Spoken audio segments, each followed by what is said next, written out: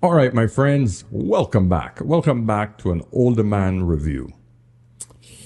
This is one of those unusual ones. And when I say unusual, it's common, but it's unusual.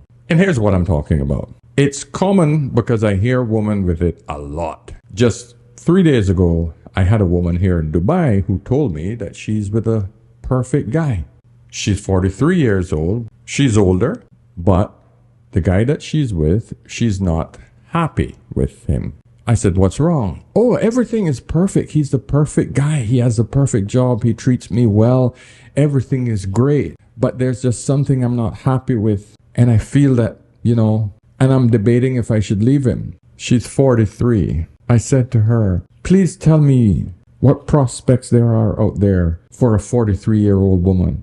You've been in this relationship for the last 8 years. What makes you think that you're going to do better 8 years later with a guy who loves you, who treats you well, but there's just something missing, even though you can't tell me what it is? I said, I knew exactly what's wrong. And I'm going to explain to you guys what's wrong. Because she agreed. When I asked her all important questions, she agreed with me because I pinpointed exactly what her problem was. And I want you to listen to this video, and I want you to guess while you're listening to this video, because this woman here that I found online is explaining the same problem that she has with her relationship.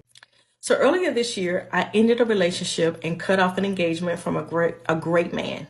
He was a good man. He was a good man. He was a good man. He loved God. He was a praying man. He loved and adored me. He was there for me. He was handsome. He was well educated. He didn't have any kids. He checked all the boxes. But there was still something missing. And I just knew that I could not go through with this marriage. There was just something that did not connect. I felt that there should have been a connection between he and I in order for me to be his wife. And so I cut off the engagement. And it was so difficult because he was a good man. It's easy when a person is not good. You can justify why you cut things off. But when a person is truly a good person, it's hard to explain. So I found myself trying to explain it to family and friends, and they were asking me a whole bunch of questions that, I could not say, exactly why, other than the fact that I just did not feel the connection. There was something that was not there that I needed to be there in order for this to be my husband. And so I stopped trying to explain it, and I just trusted my decision, and I went on. But then I got an epiphany, and it was just like, have you ever been shoe shopping and you saw a nice pair of shoes and it's like, ooh, I love the color. I love the style. The heel is the right size and it's a reasonable price. Like it's on sale and it's a good shoe. But then when you approach the shoe, you see that it's a size 6 and you need a size 7. Does it take away from the fact that the shoe is a good shoe? Does it take away from the fact that you're getting a great deal for the quality? Does it take away from the fact that the heel is still the right size? It doesn't matter. All of that still makes the shoe is still good. But if it's not your size, it's not the shoe for you.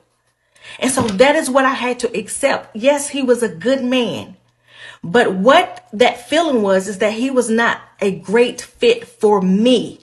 It didn't take away from who he was, but it was just confirmation that he was not a good fit for me. And that leads me to say that some of us are trying to force relationships when we know they don't fit. It doesn't mean that the person is not good. It doesn't mean that they are not good-hearted people. It just means that they're not a good fit for you. So free them up. Don't continue to settle for things that you know is going to cause discomfort in the future. Me purchasing a size 6 shoe when I wear a 7 is discomfort. Don't do it.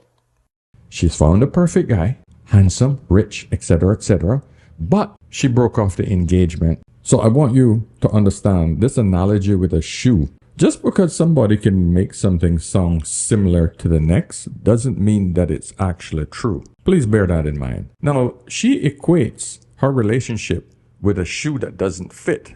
I can equate that to anything. But the reality of it is, she don't take into consideration the human aspect, the emotional aspect, because shoe analogy don't come into that. She don't take into account her sexual marketplace value. In other words, the older she gets, the worse it gets for her. In other words, when she's older, she's not going to have enough currency, not enough beauty, not enough purity to be able to buy a better shoe, if you want to use that analogy. So here's the problem that these two women have. And before I go on, listen, man, guys, hit that like button, hit the subscribe button. Come on.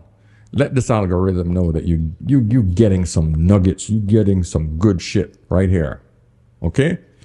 Because I want to grow this platform bigger and better, because men are now waking up and realizing that if we come together as one, with one voice, and tell women no more, and I'm talking about the real men, not these little pussies. I'm talking about real men get together.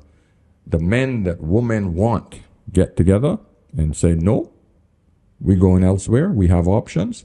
These women will wake up very quickly and realize they need to change their attitude. We need to come together and do one thing: stop participating. And when we do that, the game is over. When we literally say, Monday morning, we're not going to go to work. Imagine if 30 million people didn't go to work Monday. Imagine if 30 million people didn't buy gas on Monday. Imagine if 30 million people went to the bank on Monday and said, I want to withdraw all my money. They can't even give it to all 30 million because only 15% of the cash is available on hand at any given time. The rest is fake zeros and ones. That would collapse the banking system in one day. You see the power in that? You have the power. But we all have the power. But what's keeping us back from doing this? Fear. Oh my God, if I don't go to work, I'm going to get fired. And if they don't participate in it, and I'm the only one that doesn't show up for work, I'm going to lose out, and you're not going to be able to pay my rent. Here's the problem that this woman is having, and the lady that I spoke to in real life, and I explained this to her. Both of these women have fell for that trap that they could be as promiscuous as they want during their 20s and early 30s. And now they're no longer able to pair bond. Both of these women have literally ran through too many bodies in their early years to now produce the bonding hormone called oxytocin. A woman sleeping around, it hurts herself more than anyone else because it impacts her ability to pair bond. So women have a hard time staying when they've slept with too many people, statistically. Yeah, because women that have slept with more than 5 men, their chance of a happy marriage drops from at 80% after 10 years, they're going to be in a happy marriage, to 30% after 5 partners after 10 years. This is the problem. Think about it, guys. Think about it, ladies. If you have been running through a lot of guys, a lot of dates, right? It's exciting. It's mind-blowing. You're not like men. We don't produce this hormone as men. Us men, we could hit anything and go home and love our woman. You can't.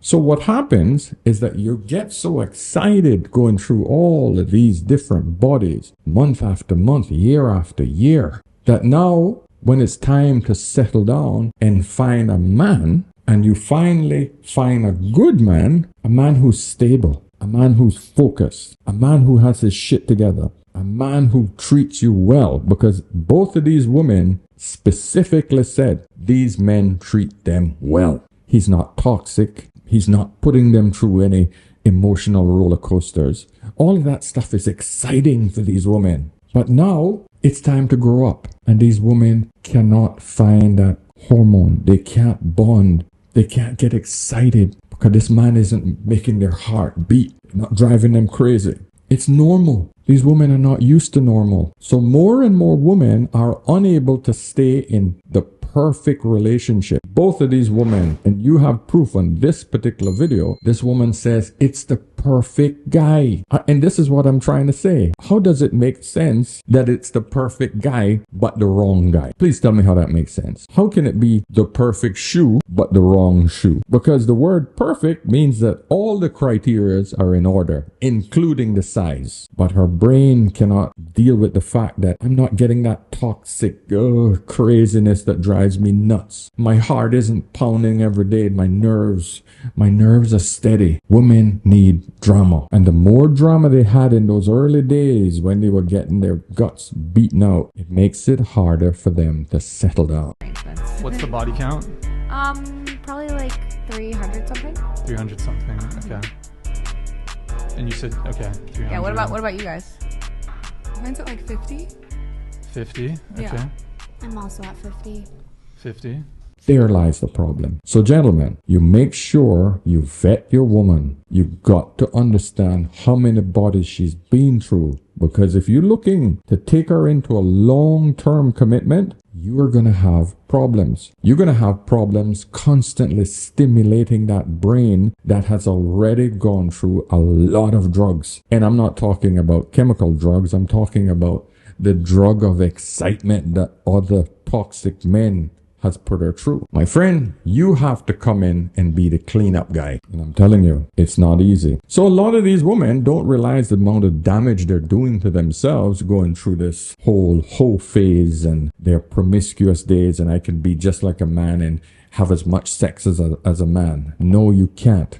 We're biologically different. Proof is right here. You young ladies, please be aware that this is your fate. Because the only advice I could give to the lady that I met personally here and is simply this. You made your bed, you have to sleep in it. Meaning, there is no real hope besides therapy and getting your brain to now identify that this is what you've done to yourself and this is the fate that you now have to live with for the rest of your life.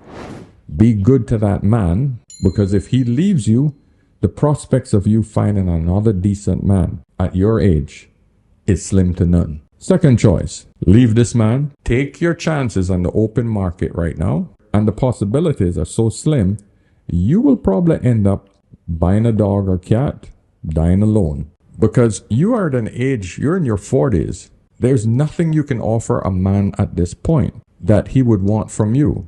Men value purity and youth. And one of the reasons he wants youth is for you to be able to be fertile and to be able to give him kids so that he can pass on his wealth and knowledge to his next generation. If a man doesn't get that, what are you offering a man? See my point? But before we go, let's read a few comments from some of the readers from this woman here in this video. I am Nina Janine says, you got to respect her honesty, because in the long run, they would have gotten a divorce. It's better to not force it with someone just because they're a good person. Man do it too. So let's not make it a woman thing. It doesn't mean she's a bad person. She's just aware of herself. This is Jackie and Marshall. Marshall was a good guy and Jackie forced herself to want him because he's a good, high-quality man. But she knew her feelings were stronger with Josh, and frankly, they made better sense when you saw them together. In other words, Josh was the guy that was busting the guts out. He didn't have shit going for him, but he made those feels, he made that innards feel good. But it wasn't the right man. But in the long run, my dear friend Janine, she will be disappointed with Josh because he's a loser. A good man is hard to find.